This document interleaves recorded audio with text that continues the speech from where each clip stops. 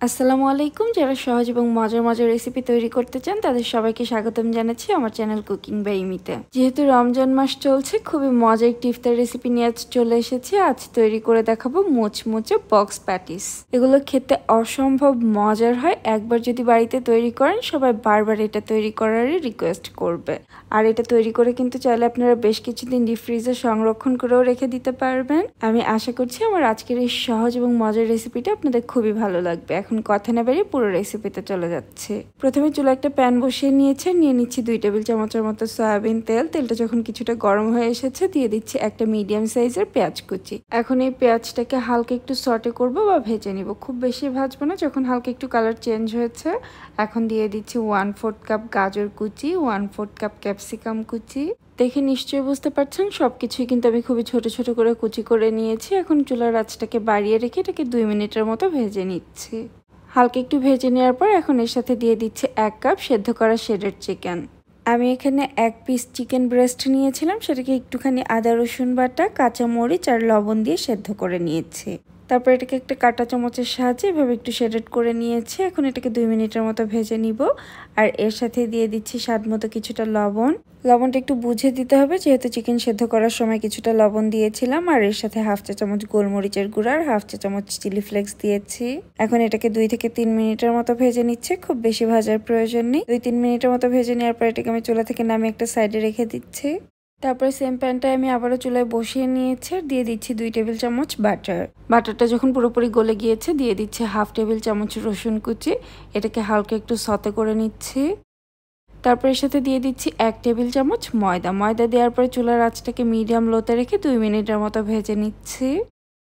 যখন ময়দার কালারটা কিছুটা চেঞ্জ হয়ে এসেছে এখন দিয়ে দিচ্ছি 1 কাপ তরল দুধ। দুধটা আগে থেকে জাল করা ছিল, এখন রুম টেম্পারেচারে আছে। দুধ দিয়ে সব কিছুকে একসাথে খুব ভালোভাবে মিশিয়ে নিতে হবে যেন ময়দাটা দলা পেকে না যায়। বেসিক্যালি এটা একটা হোয়াইট সস তৈরি করে নিচ্ছি। আর এর সাথে দিয়ে দিচ্ছি 1/2 চা চামচ চিলি ফ্লেক্স, 1/2 চা চামচ দিচ্ছি গোলমরিচের গুঁড়া, খুব সামান্য একটু লবণ দিচ্ছি আর একটুখানি দিয়ে দিচ্ছি অরিগানো। এই সব কিছুকে আবারও খুব ভালোভাবে একসাথে মিশিয়ে নিচ্ছি। তারপর এটাকে অল্প কিছুক্ষণ জাল করতে করতেই দেখবেন এই মিশ্রণটা একদম ঘন ক্রিমি হয়ে আসবে।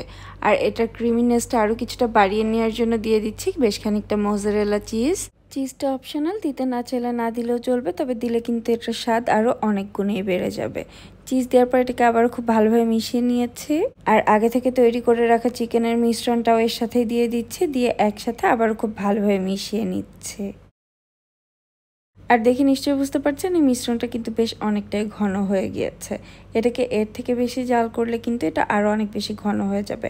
এখন এটাকে চুলা থেকে নামিয়ে কিছুটা ঠান্ডা করে নিব। আর এখানে আমি 1 পিস ব্রেড নিয়েছি। ব্রেডের 4 সাইডের যে ব্রাউন অংশটা আছে সেটাকে কেটে নিচ্ছে।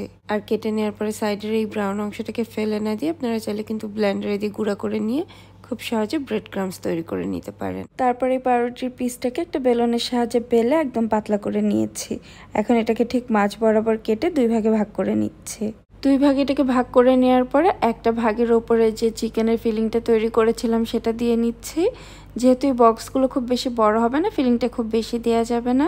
আমি এখানে 1.5 চা চামচের মতো করে দিয়ে নিয়েছি। তারপর পাউরুটির 4 সাইডে একটুখানি পানি লাগিয়ে নিচ্ছে। এভাবে হালকা করে পানি লাগিয়ে নিলে পাউরুটির একটা সাইড আরেকটা সাইডের সাথে কিন্তু খুব ইজিলি লেগে যাবে।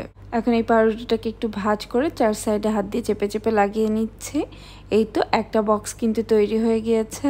আমি আরও একটা বক্স তৈরি করে দেখিয়ে দিচ্ছি। আর আমি এখানে একটু ছোট করে তৈরি করছি, তবে আপনারা চাইলে কিন্তু এগুলো বড় করে তৈরি করে নিতে পারেন। তবে ছোট করে তৈরি করলে এগুলো দেখতে কিন্তু খুবই কিউট লাগে। বেশ অনেকগুলো একইভাবে আমি তৈরি করে নিয়েছি।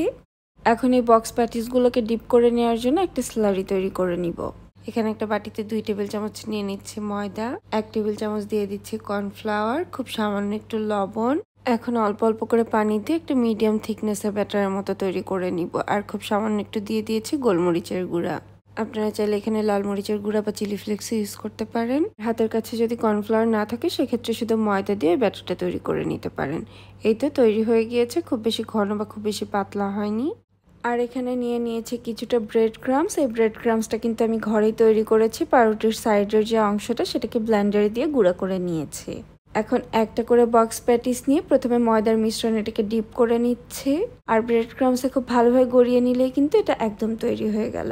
এখন চাইলে কিন্তু আপনারা এগুলোকে ফ্রোজেন করে ডিপ ফ্রিজে রেখে দিতে পারেন।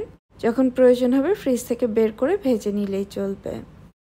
তবে আমি এখন আপনাদের কিছু ভেজে দেখিয়ে দিচ্ছি। চুলা একটা প্যানে কিছুটা তেল দিয়ে তেলটাকে হালকা গরম করে নিয়েছি। খুব বেশি গরম তেলে এগুলোকে দেওয়া যাবে না, তাহলে খুব দ্রুত এটাতে কালার চলে আসবে। মিডিয়াম গরম তেলে দিয়ে কয়েকবার উল্টে পাল্টে এগুলোকে ভেজে নিব। ভাজতেও খুব বেশি সময় লাগে না, যেহেতু সবকিছু এখানে আগে থেকেই কুক করা। তবে কয়েকবার উল্টে পাল্টে ভেজে নিলে এগুলো খেতে কিন্তু অনেক বেশি মোচমোচা হবে।